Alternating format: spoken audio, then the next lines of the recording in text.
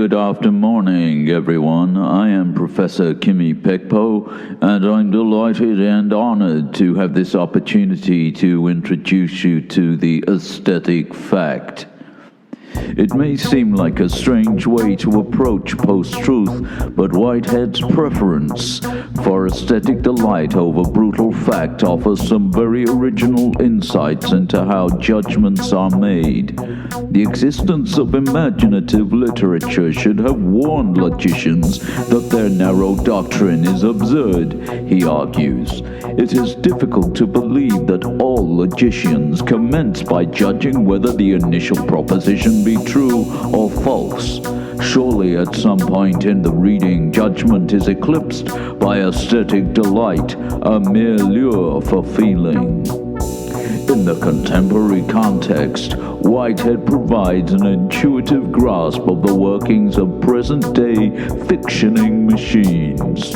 Whitehead specifically referred to an audience's joy on experiencing a particular imaginative actor reading Shakespeare's To Be or Not to Be speech from Hamlet. But this could in effect imply an experience of an affecting piece of art, a novel, a painting, or installation. The effect of the art elicits a very different kind of measure of fact. It appeals to an audience on an aesthetic register of experience, occasioning what Whitehead would call a value based on elements in feeling. This notion of feeling is not, as logical positivists would have it, opposed to fact. Feelings are not a personal or irrational felt experience.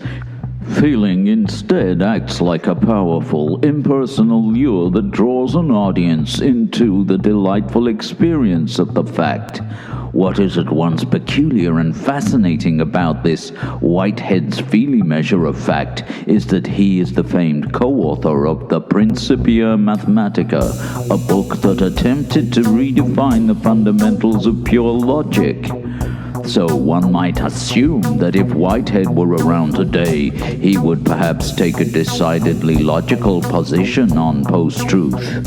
He might even self-identify with present-day logical positivists who continue to grasp post-truth as a preferential problem of appealing to irrational feelings, personal beliefs, or cherry-picked desires rather than a necessary commitment to brutal fact.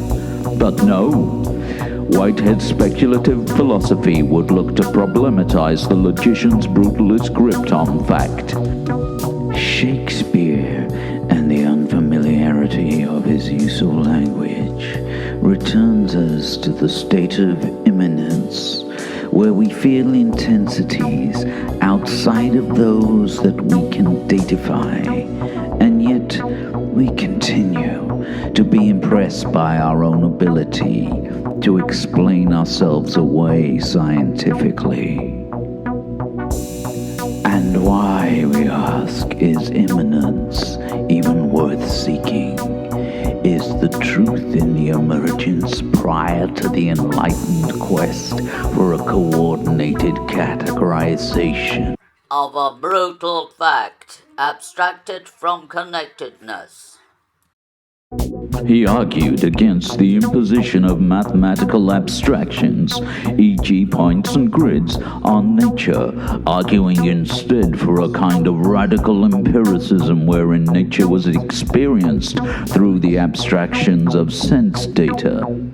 And why is immanence worth seeking?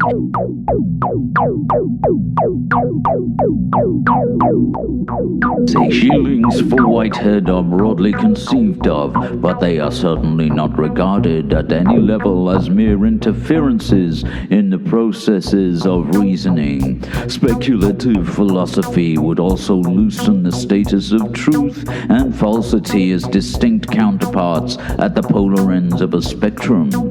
It purposefully challenges the positivistic distinction made between brutal fact and untrustworthy felt experiences by arguing for a measurement of fact that founded on the intensity of experience, gauged as something he goes on to call the aesthetic fact. These are spectral experiences that appear to move beyond the polar extremes of brutal fact on one hand and irrational, emotional, and illogical reasoning on the other.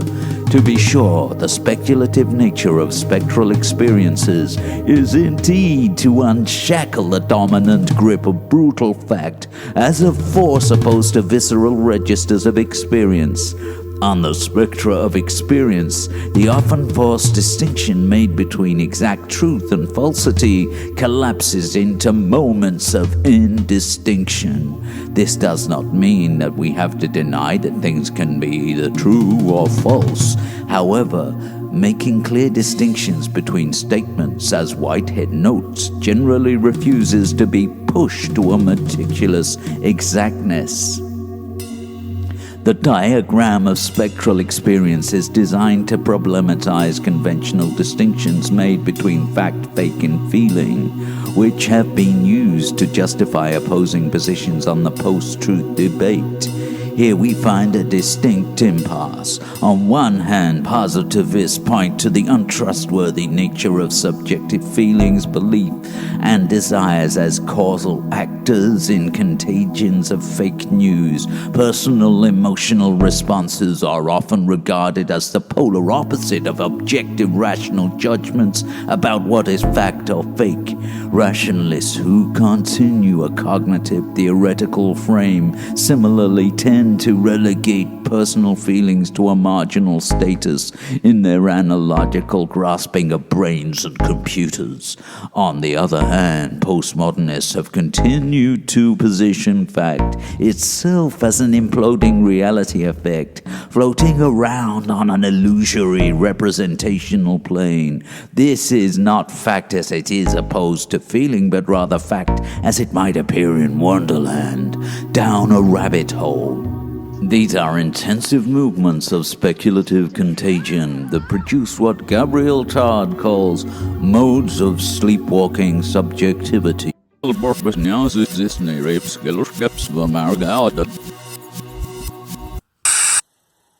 means that your order has been dispatched.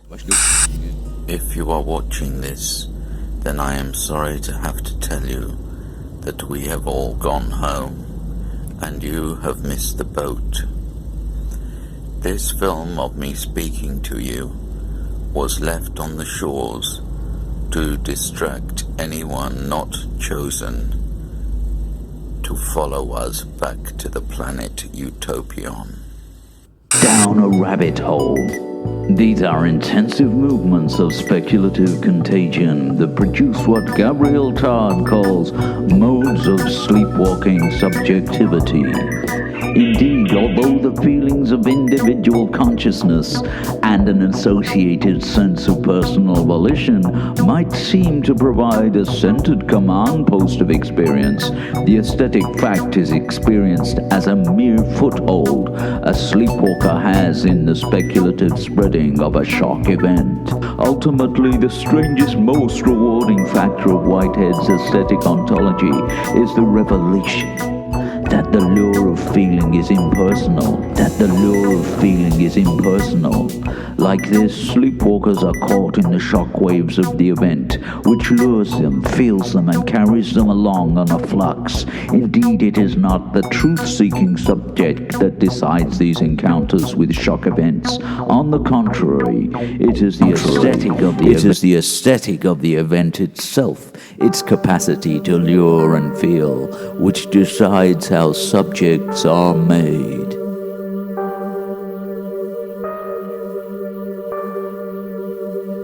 And why is immanence worth seeking? This is process. We are in the present. The present is always shifting. It is derived from the past. It is shaping the future. It is passing into the future. This is process.